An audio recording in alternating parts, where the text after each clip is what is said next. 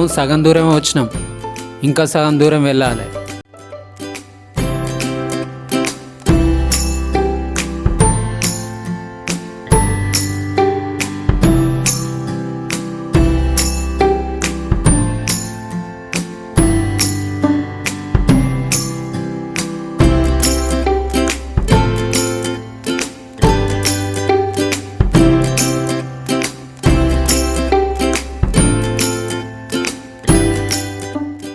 మేమెప్పుడు ఇక్కడికి ప్రార్థనకు వస్తాం. ఇప్పుడు అంత దూరం ఎక్కాలనా? దాన్ని చూస్తుంటేనే భయం అవుతుంది. జాగ్రత్తగా నడువు.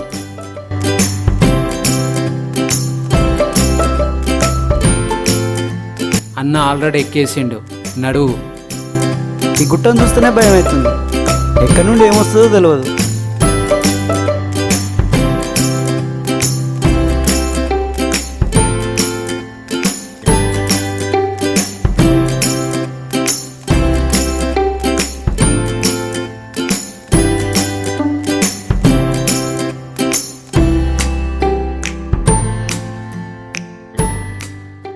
ఎప్పుడు చూడు బైబుల్ చదవమంటాడు, ప్రార్థన చేయమంటాడు.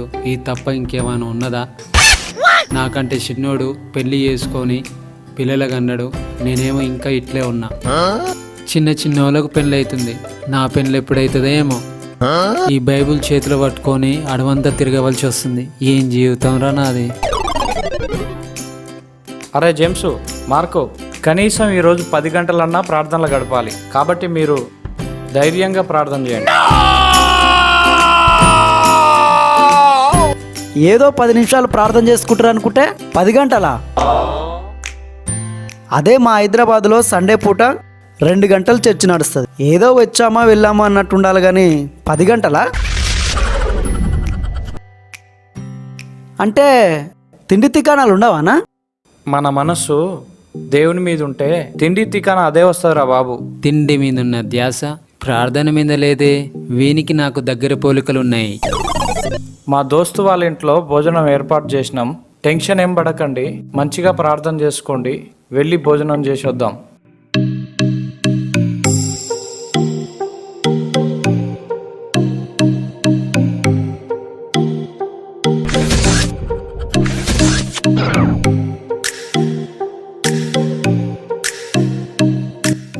మనం చేసేది ఏకాంత ప్రార్థన.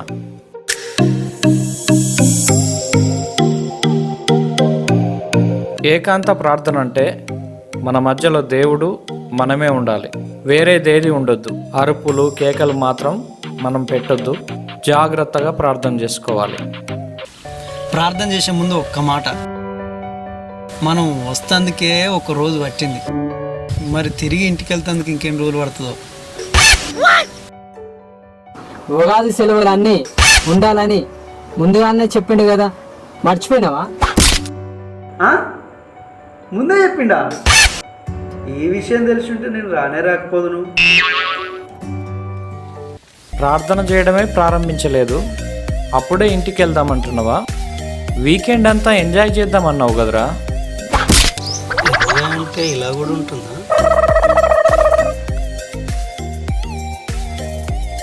ఒక్కసారి వచ్చినందుకే వీడింత బాధపడుతుండు. సెలవు వచ్చిన ప్రతిసారి నేను వస్తా, నేనెంత బాధపడాలి? కళ్ళు మూసుకుందాం, అందరం కూడా ప్రార్థన చేసుకుందాం. పరిశుద్ధుడవైన తండ్రి, నీ సన్నిధికి వస్తున్నాము. నీ బిడ్డలమైనటువంటి మమ్మల్ని జ్ఞాపకం చేసుకోండి. నీ కృపాక్షేమమును మాకు దయచేసి నీవే సహాయం చేయండి. ఇక్కడ ఉన్న నీ బిడ్డలకు మాకు నీ జ్ఞానాన్ని దయచేయండి. ఎక్కడ 2-3 కూడి నీ నామంలో ఏకీభవిస్తారో అక్కడ ఉంటానన్నారు.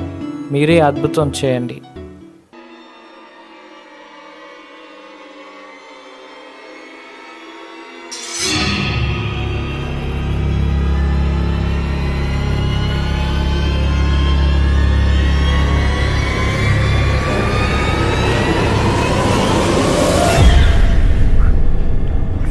వామ్మో, ఎక్కడి నుండి ఏమొస్తుందో తెలియదు.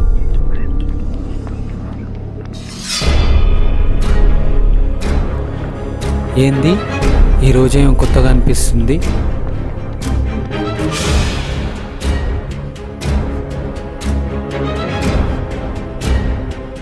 ఇదంతా చూస్తుంటే ఇంటికి పోతానంటావా?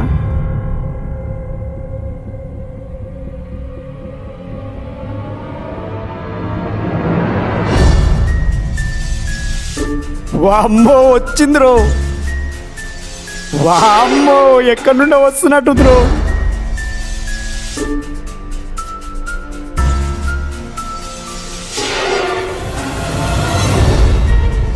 ఇక్కడేదో ఉన్నట్టే ఉంది, ఈరోజు నా పని అయితట్టే ఉంది.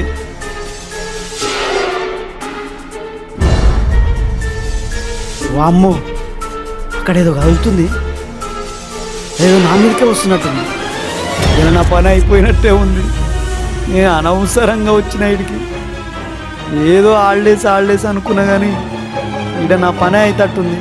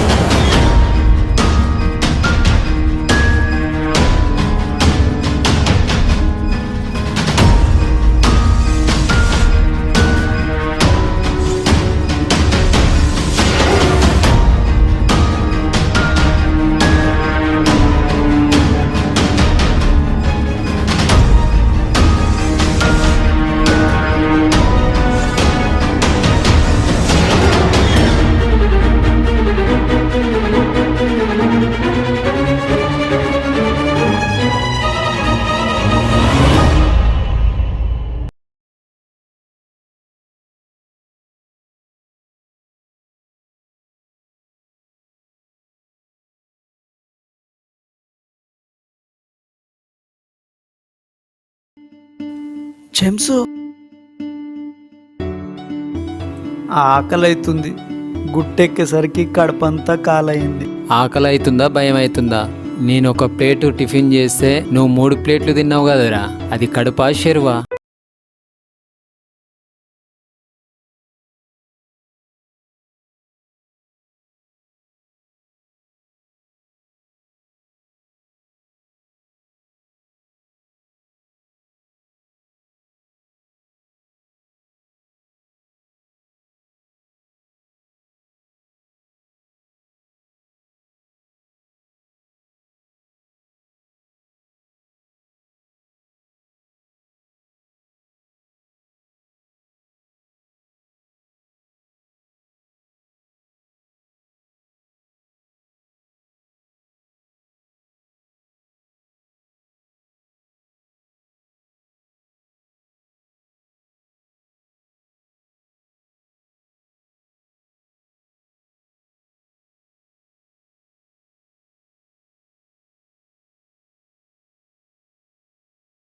నిద్రపోతా అన్న. వీడు నాలాగే. బాప్తిసం అన్నా తీసుకున్నావా? బాప్తిసం ఇంత చిన్న వయసులో వద్దని తీసుకోలే. వామ్మో వామ్మో, చిన్న వయసా? రోడ్ మీద పిల్లలందరూ అంకులని పిలుస్తున్నారు, ఏంది చిన్న వయసా? ఏంది నాన్న, మళ్ళొకసారి చెప్పు. బాప్తిసం ఇంత చిన్న వయసులో వద్దని తీసుకోలే. అసలు నీ కుటుంబం దేవుని నమ్ముకొని ఎన్ని సంవత్సరాలు? మా ఇంట్లో వాళ్ళు దేవుని నమ్ముకొని 30 సంవత్సరాలు.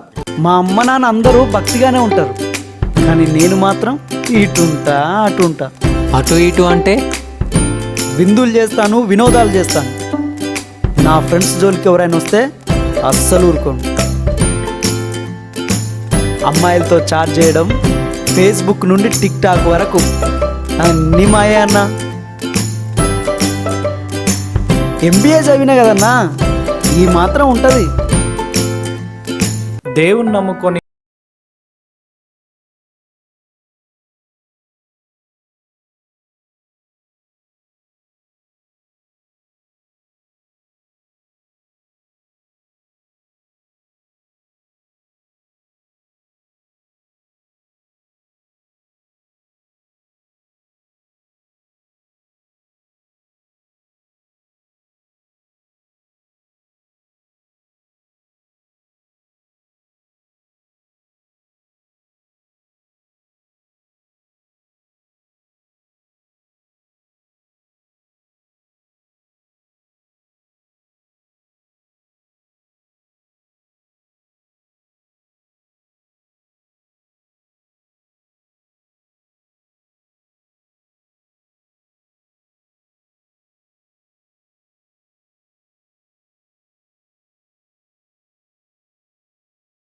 గడపాలనే ఆలోచన కూడా నాకు లేదు. దేవుని నమ్ముకున్న మొదటి సంవత్సరమే బైబిల్ అంతా చదివాను. 2వ సంవత్సరం ప్రార్థన ఎలా చేయాలో నేర్చుకున్నాను. అంతే, దేవుడు నన్ను సమృద్ధిలోనికి నడిపించాడు, వృద్ధి చేస్తూనే ఉన్నాడు. మీ ఇద్దరి విషయం చెప్తున్నాను, వినండి. నామకార్థ ముసుగులో ఉంటూ దేవుని నిర్ణయం చొప్పున నడవక మీరు ఇలాగ జీవిస్తే నరకం తప్పదు. మారు మనసు పొంది బాప్తిసం తీసుకోండి. 10 నిమిషాలు చేసే ప్రార్థనే కాదు, క్రైస్తవులమైనందుకు రోజు కొన్ని గంటలు ప్రార్థన చేయాలి. ప్రతిరోజు బైబిల్ చదవాలి. అప్పుడు భూమి మీద బ్రతికినటువంటి బతుకు విలువ ఉంటుంది.